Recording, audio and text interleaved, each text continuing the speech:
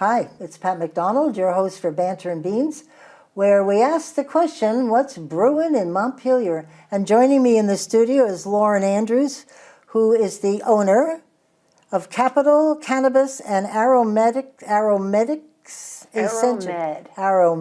Essentials. Sorry about that. People mess that up.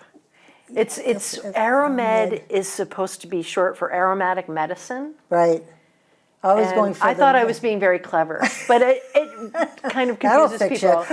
Well, that's kind of funny because when I was thinking about what to name Capital Cannabis, I had all these different names, and I decided it's going to be really clear what I'm selling and where I'm selling it. Right, just say it. Capital Cannabis Company, and nobody messes that up. But the aromatics... Aro-Med. Aro-Med. Yeah. I know what that is, too. I mean, it's... the smells, and we have to talk about that because well, anyway, welcome to the show. Thank you. This is great. I'm very excited because you're talking to a total novice. So I don't know much. I looked at the website, which is you have so many products. Yeah, we do. I mean, seriously. Yeah, in fact, Capital Cannabis probably we have the largest menu in the state. Really? And all of the products are very carefully vetted. That's great. And we have a wide range of prices and wide range of different types of products. So there's something for everyone. That's great. Yeah. Yeah, well, let's just start from the beginning. Sure. You picked Montpelier because...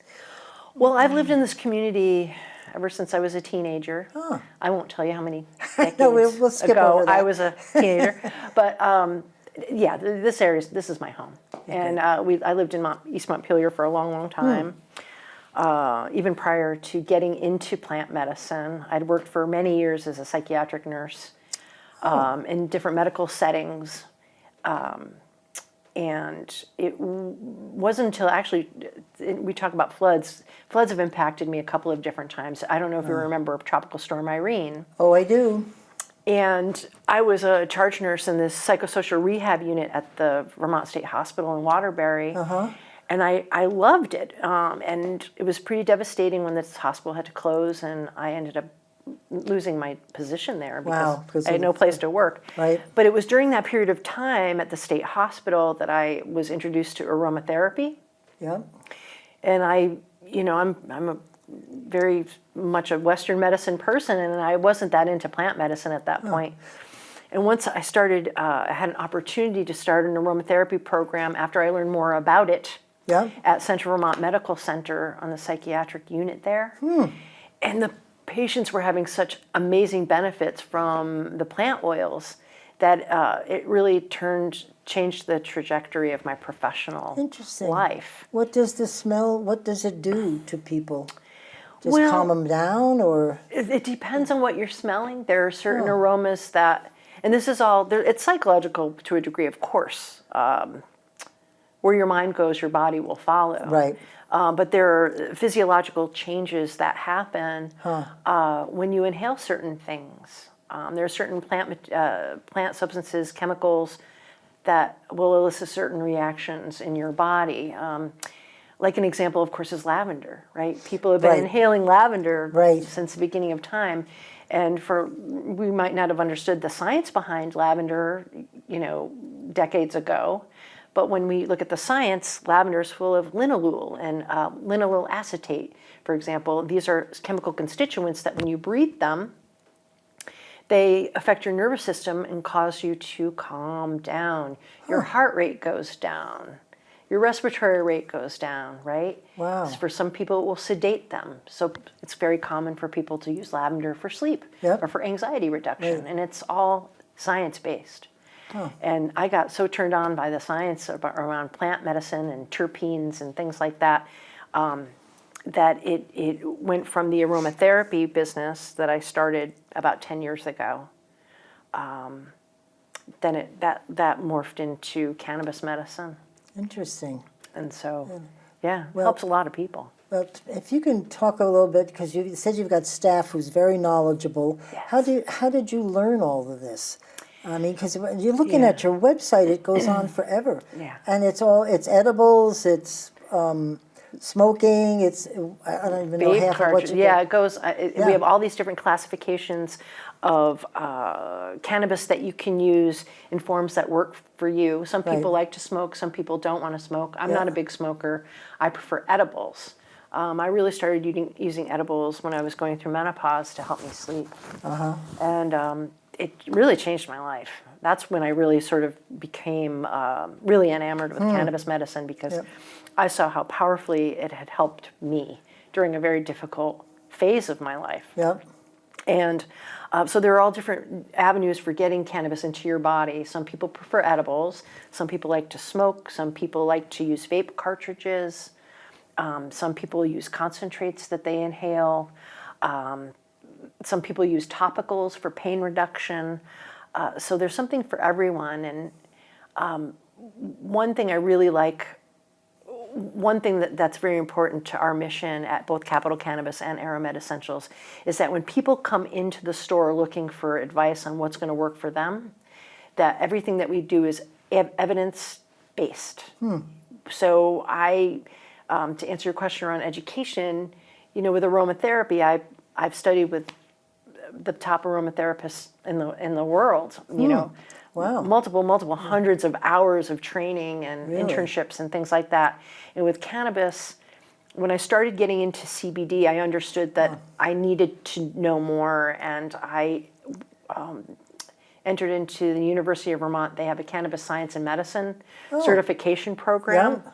I had to go back to college, which was really difficult. Yeah, that's hard. It was for me. Yeah. It was all online, which is a harder way for me to learn. But I did that program just to make sure that as I move forward in the cannabis world, that I was coming from a place of real knowledge and education. And several of my staff have also gotten educated through University of Vermont. I have so many questions. So this is probably very stupid because I told you I'm not. Is CBD cannabis? It is. It is. It's like the type cousin, of cannabis? Yeah, we can kind of call it the cousin of. Okay. But it is cannabis sativa, just like the more intoxicating cannabis that you would get at Capital Cannabis. Aro-Med Essentials, we sell just primarily CBD, which is not intoxicating at all.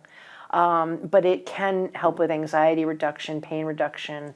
CBD can be very helpful for helping a lot of chronic issues like irritable bowel syndrome, fibromyalgia, migraines.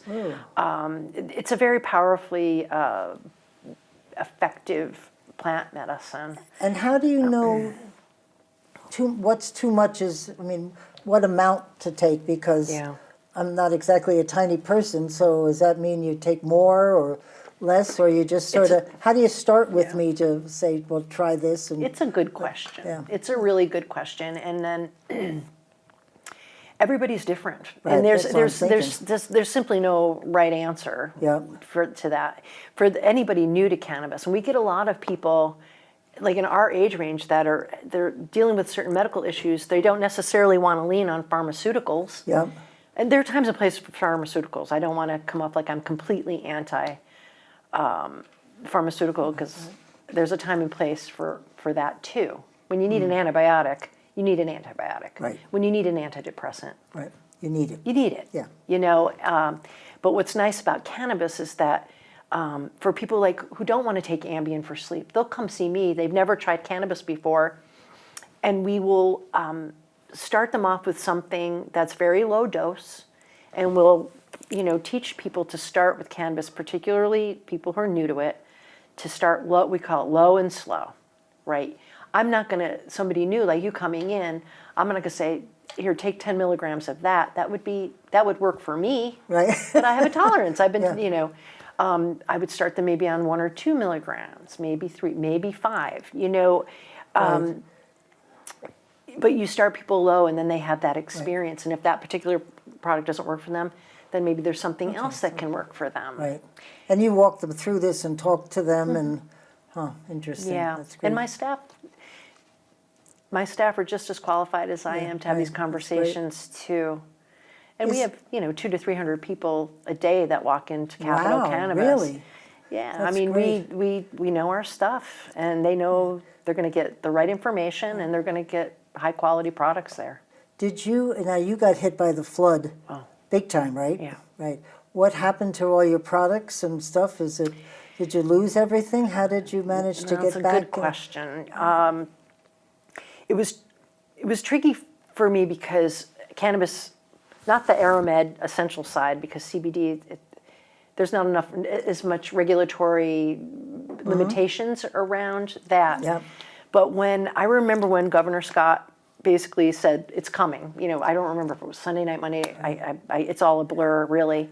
But when he said that to plan for this flood, right. I immediately got in touch with the Cannabis Control Board, and they do all of the regulatory oversight of cannabis businesses in the state. And I basically got permission very quickly. Oh, sorry, the microphone. I got permission very quickly to be able to move the cannabis to another licensed facility. You can't just move cannabis anywhere. Right.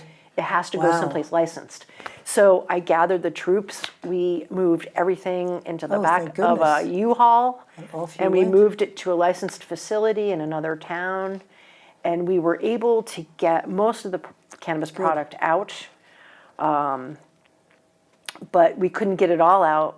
Like, we couldn't clean the refrigerators or freezers out because as we were getting ready to pull out, the water was coming over into the back parking lot, and for our own safety, we just got the hell out, know. And Aro-Med Essentials, we elevated everything, and in spite of that, we lost at least a third of our product. Oh my word, Lauren! Yeah, it was heartbreaking going in the following day.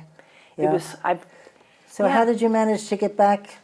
And are the same amount of people still coming in? Because a lot of stores are not seeing the volume of people, and they're just not coming. It can be disheartening. I think just because of what I sell, I'm okay. I bounced back. Yeah. But I'm not blind to the fact that the foot traffic just doesn't exist like it used to, and I just urge anybody watching it, if you can buy it downtown, buy it downtown. Right. I mean, it's just, I think between COVID and the flood, people started becoming habituated to buying things online more, and there's a convenience there, and some people are just willing to make that sacrifice of community versus convenience, and I really urge people, anybody that's listening. I make a commitment to myself to buy all holiday presents, Christmas presents downtown. Yeah. I try very hard not to do what I usually do, I must admit, but I because that's an important time of year for people and for stores to get that income coming in now. Yeah. Wow.